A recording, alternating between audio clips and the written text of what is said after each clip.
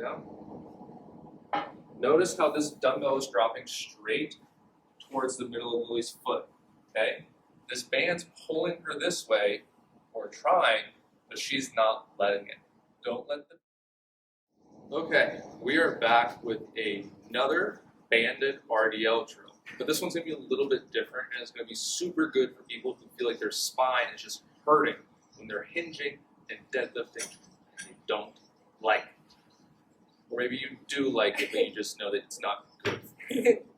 Totally. This is going to be all about getting your lats to participate. Yeah, so Lily, you turn around really quick. Yes. So one thing we want to think about is we're really big on breathing and bracing, right? And that's going to go from your pelvic diaphragm to your respiratory diaphragm. And that's going to create a shit ton of stability if you do it well.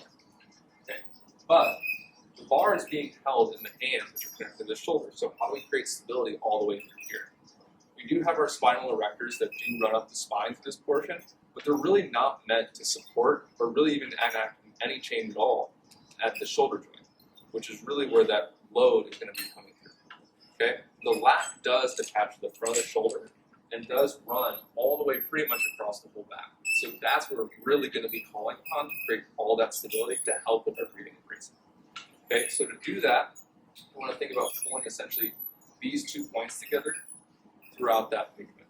Okay? And you can take your hand and feel underneath your armpit and do that action to start to feel your lats if you don't know where they are or what that feels like, because it's going to be really important that you know how to connect your brain to that muscle. Yeah, you can think about like pinching a towel or pinching someone's hand or like crushing like an orange or something underneath that armpit throughout this movement. Oh yeah, sweet orange juice. So like we've talked about before, and if you're familiar with like RNT drills, bands are really great to provide like a tactile cue to your brain and to your body so that it can kind of start to connect the dots of what it's supposed to be doing versus having to just like teach yourself it without any help.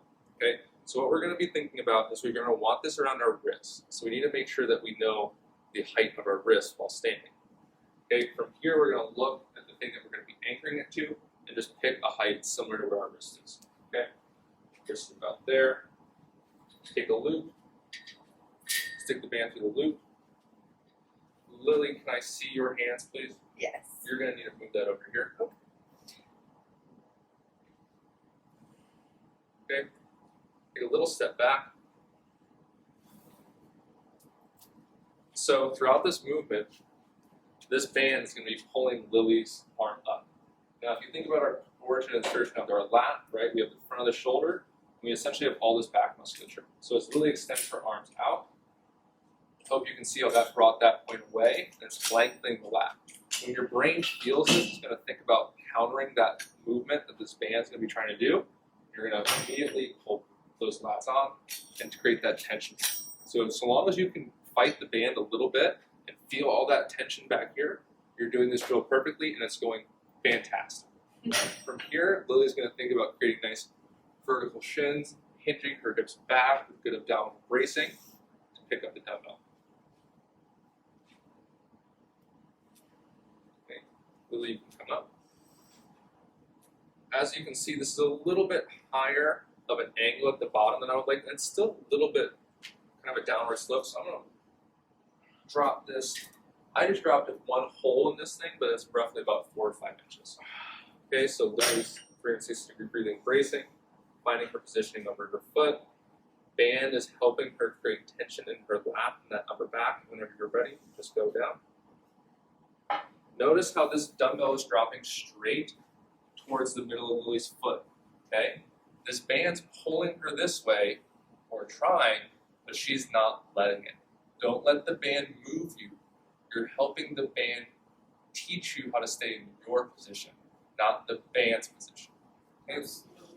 And it's a really big deal to have your breath be engaged here, because without the stability in the lower part of your torso with that 360 breathing, it's really hard for your lats to have something good to pull off of. So if you saw, even when I was coming up from the bottom, when we weren't technically doing part of the exercise, I got a good breath here. There's no point in which you should have a floppy lower part of your spine. And think about it.